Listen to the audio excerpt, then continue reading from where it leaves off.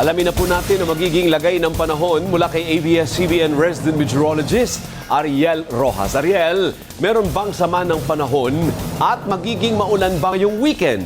Alvin, walang sama ng panahon pero maulan ngayong weekend sa halos buong bansa dahil sa iba't ibang weather system. Nariyan na po yung Intertropical Convergence Zone o ITCZ sa bahagi ng Mindanao, habang yung maalinsangang easterlies naman ang umiihip sa silangang bahagi ng ating bansa. Yung amihan inaasa magkakaroon ng panibagong bugso o surge sa araw naman ng linggo. Kapamilya, maging handa at alerto dahil posible mga pagbaha at pagguho ng lupa dahil sa inaasang mga pag-ulan lalo dyan sa Southern Luzon, Visayas at Mindanao. At bagamat humihina ang amihan na natili pong malamig sa Baguio City, 15.8 degrees Celsius sa temperatura Biyernes ng umaga, habang 18.3 degrees Celsius naman sa La Trinidad, Benguet at 18.6 degrees Celsius sa Kasiguran, Aurora. Sa rainfall forecast ng The Weather Company, maulan po sa Sabado sa malaking bahagi ng Luzon.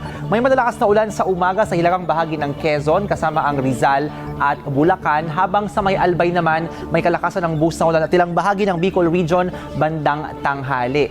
At buong araw naman po, actually maghapon, may malalakas na ulan dito sa may Cagayan, Isabela at Aurora, at ulan din sa hapon sa may bahagi ng Southern Quezon, Marinduque at sa may Batangas. Pagsapit naman ng gabi ay sa may Central Luzon may aasahan pang mga pag-ulan.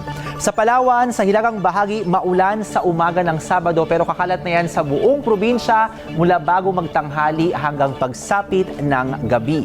Sa Visayas, umaga pa lamang meron na pong malalakas hanggang matinding pag-ulan sa Eastern Visayas, habang umaga hanggang tanghali may mga pag-ulan ding may kalakasan sa may Bohol, Cebu at sa Negros Island. Pagsapit ng hapon, unti-unting mababawasan yung mga pag-ulan sa Kabisayaan at sa gabi halos wala na pong mga pag-ulan. Sa Mindanao, maaraw sa malaking bahagi sa umaga pero umaga hanggang tanghali may malalakas na mga pag-ulan dito sa may Surigao provinces, at pagsapit po ng tanghali, buong Mindanao na ang may aasahang mga pag-ulan.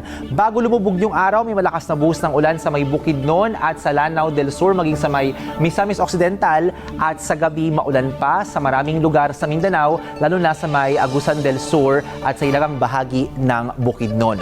Tayo naman sa Metro Manila, sandaling sisilip ang araw sa umaga pero mula bago magtanghali, magkukulimlim na po, at sa hapon mataas ang tsansa ng mga pag-ulan ngayong araw ng Sabado at Linggo. Yan ang update sa lagay ng panahon. Ako po si Ariel Rojas. Happy weekend at ingat kapamilya!